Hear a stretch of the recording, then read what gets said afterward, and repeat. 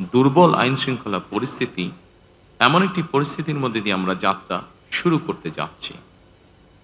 আপনাদের স্বতঃস্ফূর্ত অংশগ্রহণের ১.৫ দশকেরও বেশি সময় পর দেশে পুনরায় জনগণের সরাসরি ভোটে জনগণের কাছে জবাবদিহিমূলক সংসদ এবং সরকার প্রতিষ্ঠিত হতে যাচ্ছে। আর কোনো অপশক্তি যাতে দেশে ফ্যাসিবাদ কায়েম করতে না পারে, দেশকে তাবেদার রাষ্ট্রে পরিণত করতে না পারে, এজন্য আমরা সকলে ইনশাআল্লাহ ঐক্যবদ্ধ থাকব এবং থাকতে হবে। জামাতে ইসলাম, এনসিপি, ইসলামী আন্দোলন বাংলাদেশ, জমিয়তুল ইসলাম, গণ অধিকার পরিষদ সহ ৫১টি রাজনৈতিক দল এই নির্বাচনে অংশগ্রহণ করেছিল। জাতীয় নির্বাচনে অংশগ্রহণকারী প্রতিটি রাজনৈতিক দলকেও আন্তরিক অভিনন্দন জানাই। গণতান্ত্রিক রাষ্ট্র এবং রাজনীতিতে রাজনৈতিক দলগুলো মূলত গণতন্ত্রের বাতিঘর। সরকার এবং বিরোধী দল যে যার অবস্থান থেকে দায়িত্বশীল ভূমিকা পালন করলে অবশ্যই দেশে গণতন্ত্র প্রাতিষ্ঠানিক রূপ পাবে বলে আমরা দৃঢ়ভাবে বিশ্বাসী। নির্বাচনে অংশগ্রহণকারী প্রতিটি গণতান্ত্রিক রাজনৈতিক দলগুলোর প্রতি আহ্বান জানাই, দেশ গঠনে আপনাদের চিন্তা ভাবনা আমাদের কাছে অত্যন্ত গুরুত্বপূর্ণ। আমাদের পথ এবং মত ভিন্ন থাকতে পারে, কিন্তু দেশের সাথে আমরা সবাই এক। আমি বিশ্বাস করি জাতীয় ঐক্য আমাদের শক্তি, বিভাজন আমাদের দুর্বলতা। প্রিয় দেশবাসী, জনমনে সৃষ্ট সকল সংশয় কাটিয়ে শেষ পর্যন্ত দেশে শান্তিপূর্ণভাবে একটি অবাধ, সুষ্ঠু এবং নিরপেক্ষ নির্বাচন অনুষ্ঠিত হয়েছে। এজন্য অন্তর্বর্তীকালীন সরকার এবং নির্বাচন কমিশনকে বিশেষ ধন্যবাদ জানাই।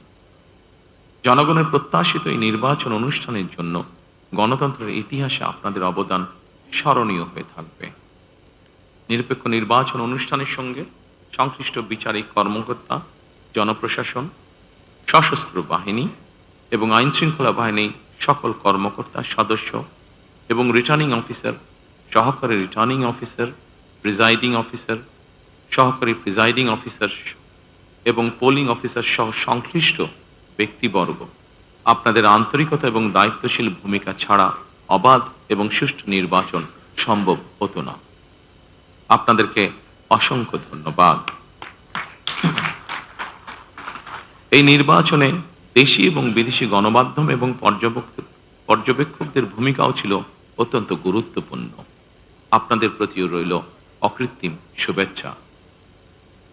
৭১-এর স্বাধীনতা অর্জনের যুদ্ধ থেকে ২০২৪ সালে দেশ এবং জনগণের স্বাধীনতা রক্ষার যুদ্ধ, এই দীর্ঘ সময় দেশ গণতন্ত্র প্রতিষ্ঠার আন্দোলনে যারা শহীদ হয়েছেন, হতাহত হয়েছেন, যাদের রক্ত মাড়িয়ে কষ্টের সিঁড়ি বেয়ে আজকের এই গণতান্ত্রিক বাংলাদেশ, সেই সকল বীর শহীদদের প্রতি জানাই গভীর শ্রদ্ধা। বরানগরে ফের তৃণমূলের দাদাগিরি, তোলা না পেয়ে ইন্টেরিয়র ডিজাইনারকে মারধর করার অভিযোগ। আক্রান্ত বরানগরের ইন্টেরিয়র ডিজাইনার সুদীপ্ত ঘোষ। মারধরের অভিযোগ উঠছে তৃণমূলের নেতা শঙ্কর রাউতের বিরুদ্ধে। এই হচ্ছে সজল ঘোষের পোস্ট করা ভিডিও। এই ভিডিও পোস্ট করে শাসক দলকে আক্রমণ করেছেন বিজেপি কাউন্সিলর সজল ঘোষ।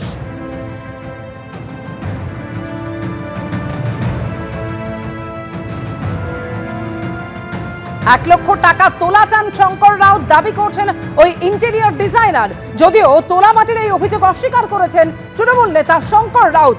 টাকা না দেওয়ায় বাড়িতে ঢুকে মারধর করা হয়, এমনকি ক্লাবে টেনে নিয়ে যাওয়া হয়েছে বলে অভিযোগ উঠছে।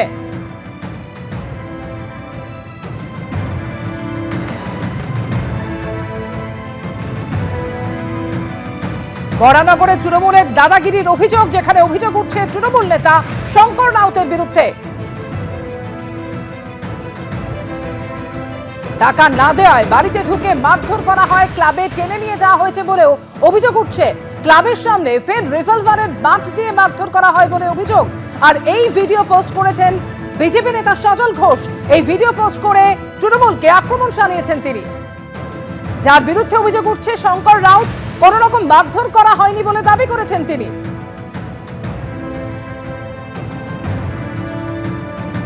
এই হচ্ছে সজল ঘোষের পোস্ট করা সেই ভিডিও। তোলা না পেয়ে ইন্টেরিয়র ডিজাইনারকে মারধর করার অভিযোগ তৃণমূল নেতা শঙ্কর রাউতের বিরুদ্ধে।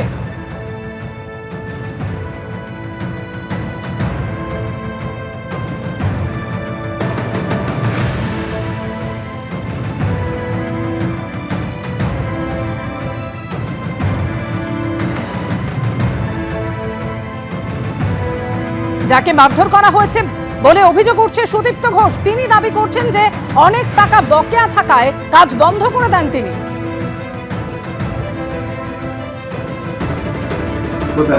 আরে শোনো বাড়ি থেকে এইগুলো ঠিক হচ্ছে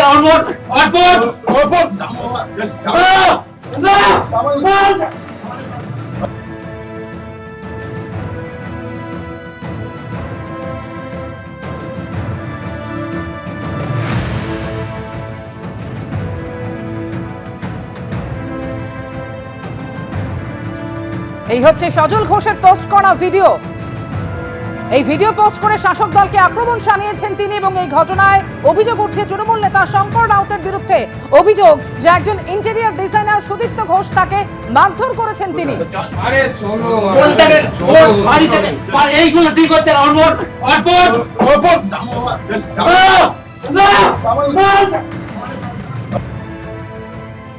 ছবিতে কিন্তু স্পষ্ট দেখা যাচ্ছে যে কিভাবে টেনে নিয়ে যাওয়া হচ্ছে এবং অভিযোগও সেটাই যে বাড়িতে ঢুকে মারধর করা হয়, ক্লাবে টেনে নিয়ে যাওয়া হয় বলে অভিযোগ।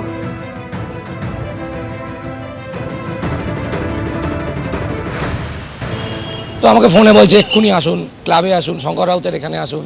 আমি যাব না। আমি একটা জায়গায় কাজ করেছি, সেখান থেকে আমি পেমেন্ট পাইনি। আমি বাধ্য হয়ে আমার লেবার মিস্ত্রি চালাতে হচ্ছে। আমি পেমেন্ট না পেলে আমি চালানো সম্ভব না। আমি বলেছি আমি কাজ বন্ধ করলাম। কালকে এসে তখন ঘরের মধ্যে আমাকে বলে যে চলো এক্ষুনি এখানে। আমি যাবোটা কেন? আমি কাস্টমারের সঙ্গে কাজ শঙ্কর রাউতের ওখানে, ক্লাবে এসো। আমি কেন ক্লাবে যাব? আমি কাজটা শুরু করেছি লিগাল এগ্রিমেন্ট করে। আমার কাছে এগ্রিমেন্ট কপি আছে।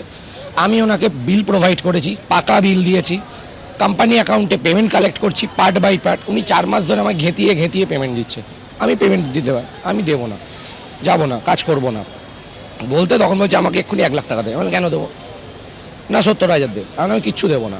তখন আমার পকেটে মোবাইলটাকে ওই দেখবেন, ভিডিওতেই দেখবেন, আমার মোবাইলটাকে কেড়ে নেওয়ার চেষ্টা করেছিল, কেড়েও নিয়েছিল। আমার পকেট থেকে হিজড়াতে আমাকে নিয়ে গেছে, দিয়ে একটা টোটোতে বসিয়ে ওইখানে নিয়ে সেখানেও মেরেছে আমাকে। একটা রিভলভার নিয়ে এসেছিল। ওই 8 জন ছিল, নিচে আরও 3 জন ছিল এরকম। আর ওখানে ওই অ্যাডভোকেট, ভদ্রলোক, ভদ্রমহিলা তারাও ছিল। তখন এই আমাকে পিঠে এইখানে মেরেছে ওই রিভলভারের বাটটা দিয়ে, হাতে মেরেছে, এই যেখানে দেখতে পাচ্ছেন। ইন্টেরিয়র ডিজাইনার সুদীপ্ত ঘোষ শুনলেন আপনারা যে তিনি অভিযোগ করছেন যে কিভাবে তাকে মারধর করা হয়েছে। তিনি অনেক পেমেন্ট বাকি ছিল এবং যে কারণে কাজ বন্ধ করে দেন তিনি।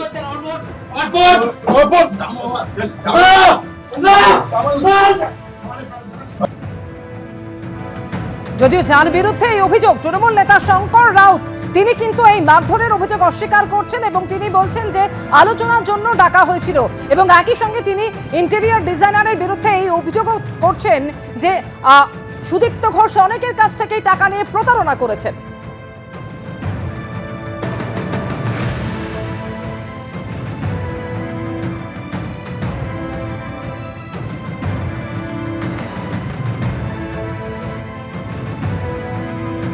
কন্ট্রাক্ট নিয়ে কাজটা করছেন না।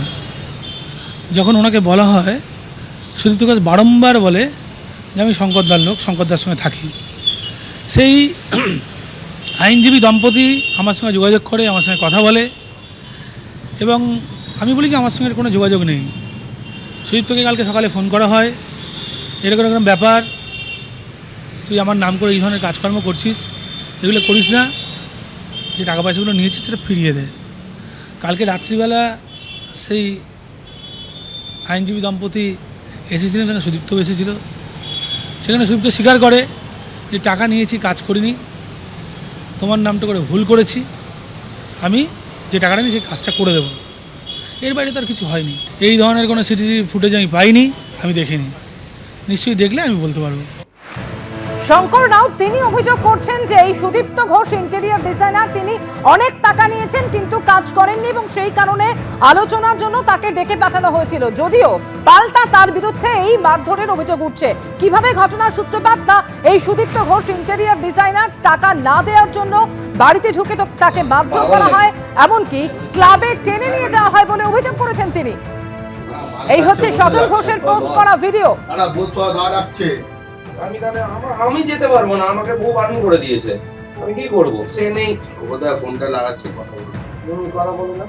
যার কাজ সে তিনি একজন নিজেকে পরিচয় দেন জানি না হোয়াট এভার, যে তিনি নাকি অ্যাডভোকেট, মানে যার আমি কাজ করি তার মিসেসও নাকি অ্যাডভোকেট। প্রচুরবার উনিও থ্রেট করেছেন, মানে ওই যার ফ্ল্যাটে আমি কাজ করতাম তিনিও আমায় থ্রেট করেছেন ওভার দ্য টেলিফোন, তারও আমার কাছে কল রেকর্ডিং আছে। কালকে এসে তখন ঘরের মধ্যে আমাকে বলে যে চলো এক্ষুনি এখানে, আমি যাবোটা কেন, আমি কাস্টমারের সঙ্গে কাজ শঙ্কর রাউতের ওখানে ক্লাবে এসো।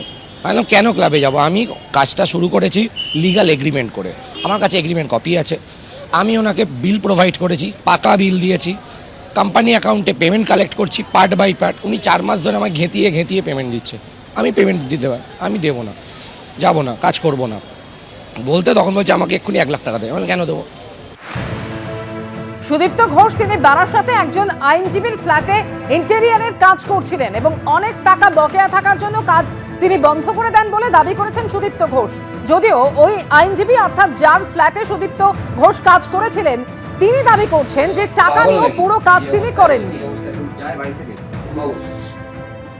মাল খাচ্ছে বসে যাচ্ছে বলছো রাখছে। আমি যেতে পারবো না, আমাকে বউ বারণ করে দিয়েছে। সে কোনো কাজের হিসাব দিচ্ছে না, কোনো মেটেরিয়ালের হিসাব দিচ্ছে না, কোনো টাকার হিসাব দিচ্ছে না, সে কোনোভাবে আমাকে সহযোগিতা করছে না। কিছু কথা বলতে গেলে সে বলে আমি শঙ্করদার লোক, শঙ্করদার সঙ্গে আমার খুব ভালো সম্পর্ক। এই ঘটনার সঙ্গে শঙ্করদার কোনো সম্পর্ক নেই। এবিপি আনন্দ, এগিয়ে থাকে, এগিয়ে রাখে।